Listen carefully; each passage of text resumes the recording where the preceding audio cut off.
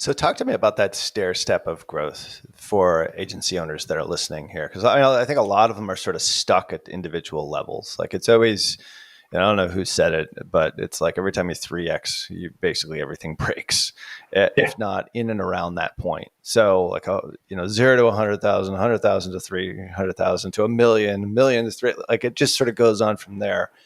Yep. One of the things that I think a lot of agency owners really, really struggle with is that CX component, is that customer satisfaction component. And where do you sort of double down on that in that evolution of growth, which is a challenge because this is a service-based business. And, going back to Kasim's original premise, which is obviously not accurate based upon your success and the success of the Bains of the world and, the McKinseys of the world, is that service businesses can't scale because you always have that CX component.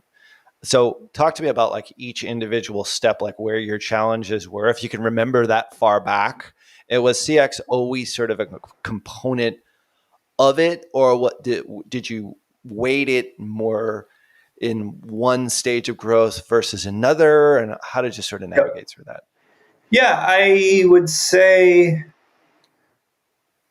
you always need to do good work. And that's really people ask why has Hawke been so successful? It's because frankly, 99% of marketers have no idea what the fuck they're doing. And so it's not hard to, compete with a bunch of charlatans. Like when people come in and work with us, they're like, oh, wow, you actually deliver what you say you're going to. Like the fact that that's a novel idea is crazy. But that's when I talk to a lot of new agency owners, a lot of times they don't actually know anything about marketing. There's no barrier to entry to start an agency. They see a Ty Lopez video or some bullshit, and they go, oh, I can start one too. And then they see, we talked about this before getting on, but someone driving a Lamborghini and talking about their agency, and it's like, oh, that could be me. It's like, whoa. You forgot the key ingredient here. You need to actually know what you're doing in marketing. That's important.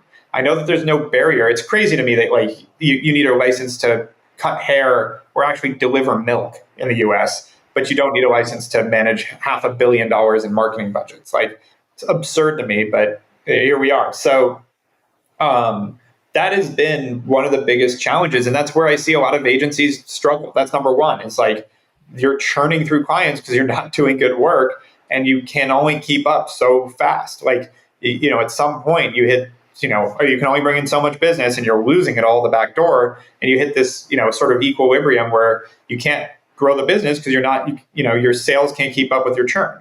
And that is a rough business to run. And that's why you see a lot of burnout in agency owners. You see a lot of plateaus. That's number one, if you're not able to keep your business. Now, that being said, we deal with churn too, because we also work with small and medium businesses that they by nature are all over the place. And so regardless of how well we're doing, a lot of times small and medium businesses are shifting. So if that's, let's assume you're doing good work and that's, table stakes. The next piece is having that sales funnel to replace that business and to keep growing. And I'd say that, that's an important piece that I know we've really nailed in terms of we've been able to grow a lot because we're able to, we drink our own punch. Turns out we know how to do marketing. So we market ourselves and it works. And then the last piece of that I think people miss is the margins.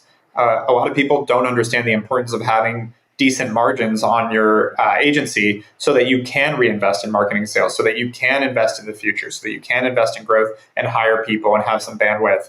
Because a lot of people don't think about that ahead of time and they end up a slave to their own business because they're paying their people way too much. We saw it in the Great Resignation. We refused to pay these stupid rates that we were getting competitors paying because we knew it didn't pencil for the business. We're hey, I get it. If you're going to make 3 times as much money at another company, go hope it lasts 6 months and you've got 1.5 years of pay. I get it, leave. But we're not going to match that. And I watched, because again, we have our M&A side. We look at hundreds of agencies' books throughout the year, if not thousands. And there are a lot that ended up giving these raises and promotions and paying people too much. And now they can't run a profitable agency because there's no way that they can charge clients enough to then bill that person out enough to actually make any money.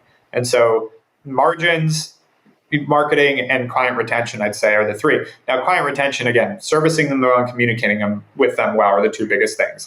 Communication, I think, actually trumps actually doing good marketing. If you're good at communicating and aligning and talking to your clients, you'll keep them long. And we've seen this in the data constantly. If we're good at communicating and talking to our clients, they're going to stay a lot longer regardless of performance. And so that's key there. And then if you cover those three things, I think you're actually going to be doing all right. This is maybe the most important thing that's ever been said on Perpetual Traffic. Hey, so if you're listening to this and you're an agency owner, honestly, if you're a business owner, stop the car, pull over, write this down. Communication is more important than good marketing, i.e. communication is more important than the deliverable. And I've seen this too. My biggest fail point in early stage at Google Ads, we were phenomenal. We crushed life. But we spent so much time, we're deep, dark, cave-dwelling, nocturnal, over-caffeinated engineers that like to work at night.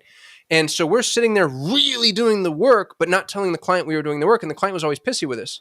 And then we got really good at communication, and they preferred that to the good work. I could do C- work and good communication, and they'd rather have that than A+ work and B- communication. Like, it's so, so critical. Build that into the fabric and ethos of your business. Well, it's important to understand is human nature. We use logic to justify emotions. If I feel good about you, I'm going to find a reason why I want to keep working with you. If I don't feel good about you, I'm going to find a reason why I shouldn't be working with you. And so making sure the communication side plays to that emotion. Why are people hiring you? Because they don't want to manage this. It's a bandwidth or expertise thing.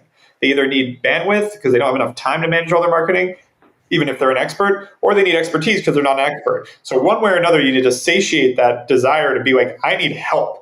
And so they need to feel like you're that one, that you're better at doing this than they are. And you have taken this off their plate and you are the expert and you are helping them save time. And if you don't fulfill that, they're out and they're going to find a reason to be out. Dude, that's another writer downer. Agencies are bandwidth or expertise. That's it. Or actually, we always talk about bandwidth, expertise, or punching bag. Some people just want to hire someone to yell at. So even that's a little bit of expertise, though, because it's like, I need you to know how to take a punch. Yeah, touche.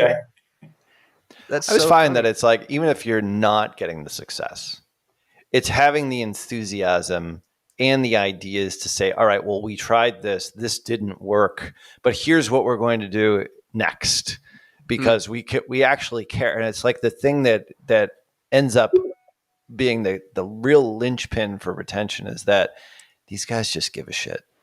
Like they actually care about what it is that I'm doing here. I mean, that's it.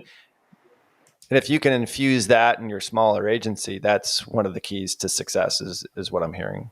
Well, how do you do that, Eric? What specific systems do you have in place to process size communication? Is there something like that at Hawke, or is it just I hire smart people that know how to do this? No, we have a ton of process to it. And we have a whole AI system that monitors our client communications and flags when we flag correlations between when we lose clients and what the communication was like. And so that we can actually say, like, oh, if we, for example, we thought apologies would be a bad sign. Like if we're saying I'm sorry in our communication, well, shit, we screwed up. And so we monitored all these apologies that were going out, and then we monitored how the clients retained. And we found actually apologizing did the opposite. When we take ownership and apologize, clients were like, oh, you actually took ownership and we can trust you because you actually, owned it. Like that actually had a positive effect on the relationship, even though we were apologizing because we made a mistake or something happened. The fact that we just apologized actually retained clients better, even though we thought it'd have the opposite effect, which meant, if we're apologizing, we did something wrong, we're going to lose a client. It was the opposite. So it's things like that we actually monitor using AI now that allows us to actually see what is causing us to lose clients. Is that AI monitoring, is that your tech, or is that something we can go buy? I don't know if it's public yet. I can't share it yet, but it's a friend of my co-founders that we installed, and it's pretty cool tech. It's not being used much in the agency world, but if I can, I'll follow up with Dude, we'll pimp it out all to death because I'd be the very first public customer. That sounds amazing. Yeah, it's a pretty sentiment amazing. Analysis tool. Like you guys do that. It's not even sentiment analysis because it's not giving us a dashboard of like, here's all the sentiment of your clients. It's literally like these things were said, heads up, or when we set up all the triggers. So like we haven't responded to a client in 24 hours is a trigger, which we know is kryptonite. If we're not responsive, game over. And so now we have a trigger to let us know if an email is missed, et cetera, then it then pings the person and goes, hey, heads up, this person hasn't been responded to. You need to get on top of it.